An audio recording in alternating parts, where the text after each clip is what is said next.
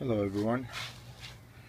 Today I am working on my 2005 WRX STi. As you see here, AEM fuel pump. This one is the 320 liter per hour.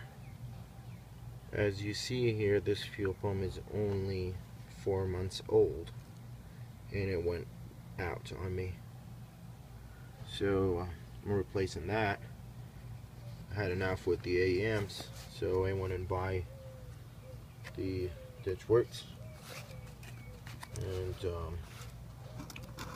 gonna be installing that new babe and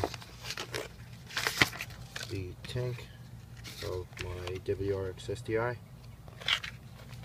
It's the 200, which is about 255 liter per hour.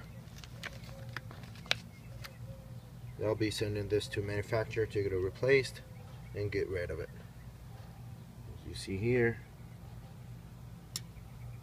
and there we go. It's in the tank. Have to get the back seats out and work on it. Way easier if you get the back seats out. A lot of room. And here we go.